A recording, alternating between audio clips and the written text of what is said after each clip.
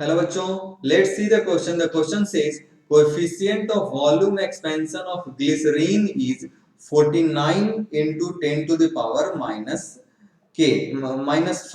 कहने का मतलब वॉल्यूम एक्सपेंशन कोएफिशिएंट गामा, ये गामा आपको यंग्स मॉडुलस नहीं है, वॉल्यूम एक्सपेंशन कोएफिशिएंट है 3 अल्फा जिसको बोलते हैं आप, है ना.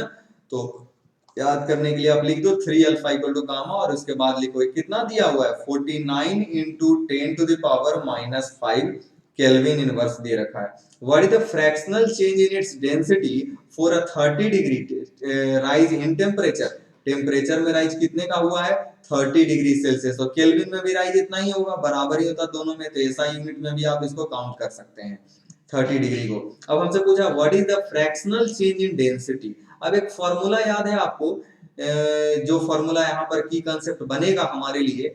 फॉर्मूला क्या होता है भाई, डेंसिटी बराबर मास अपॉन वॉल्यूम. अब एक बात और, अगर टेम्परेचर चेंज करेंगे तो क्या चेंज करेगा, मास या वॉल्यूम. तो वॉल्यूम चेंज करेगा सर, टेम्परेचर चेंज करने पर मास चेंज नहीं करता, तो वॉल्यूम चेंज करेगा. जब वॉल्यूम चेंज करेगा तो डेंसिटी भी चेंज करेगा. यही इसका की कंसेप्ट रहा. अब रही बात की टेम्परेचर चेंज करने पर जो वॉल्यूम, एरिया, लेंथ वगैरह चेंज करते हैं बहुत छोटा चेंज होते हैं, स्लाइड चेंज होते हैं.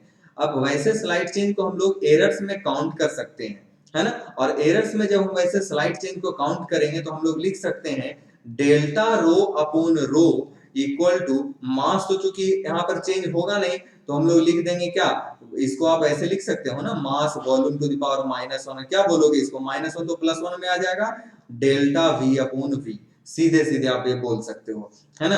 तो ये बना हमारा फर्स्ट की कंसेप्ट, जिससे हम लोग आउटपुट ये निकाले और यही इस क्वेश्चन का आंसर भी देगा. डेल्टा P अपॉन P बराबर डेल्टा V अपॉन V. अब डेल्टा V अपॉन V के लिए ध्यान रखो, आपने रटा है एक फॉर्मूला, डेल्टा V बराबर V into gamma into delta T. आपने फॉर्मूला रटा है, जो गामा क्या था, वॉल्यूम एक्सपेंशन कोएफिशिएंट, V क्या था, इनिशियल.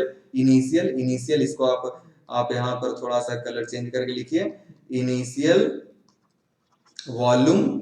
ये इनिशियल वॉल्यूम, ये क्या हो गया, ऑब्वियसली चेंज इन वॉल्यूम, ये वॉल्यूम में चेंज हो गया. ये गामा क्या है, ये है volume expansion coefficient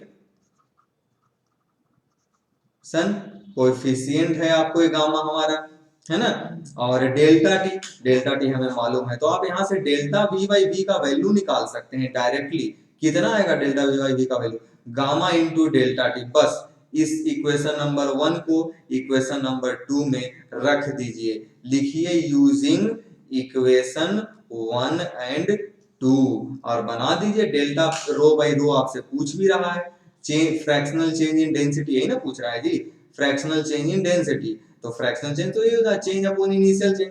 delta V by V का वैल्यू अपने गामा इंटू डेल्टा टी रखा, गामा भी दे रखा, डेल्टा टी भी दे रखा. गामा कितना दे रखा है 49 into 10 to the power -5. Delta T कितना दे रखा है 30. आप क्या कर दीजिएगा मल्टीप्लाई. तो इसको फाइनली जो आप मल्टीप्लाई करके लाइएगा वो वैल्यू आएगा मल्टीप्लाई करके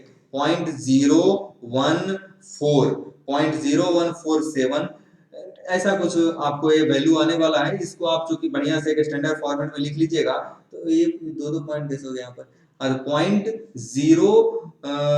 अच्छा इसको एक बार मैं मिटा ही देता हूँ, इसको मैं सीधे सीधे ये देखो, इसका वैल्यू होगा 0.0147, है ना. तो इसको बढ़िया से कैसे लिखेंगे 1.4 इंटू 10 टू द पावर -2 कर दीजिए. यूनिट क्या होगा सर, कोई यूनिट नहीं होगा क्योंकि ये फ्रैक्शनल चेंज है. ऊपर में भी सेम वैल्यू, न्यूमरेटर डिनोमिनेटर दोनों सेम वैल्यू, यूनिटलेस क्वांटिटी है हमारा, रेशियो है हमारा. तो ये the final answer is fractional change in density is what 1.4 into 10 to the power -2.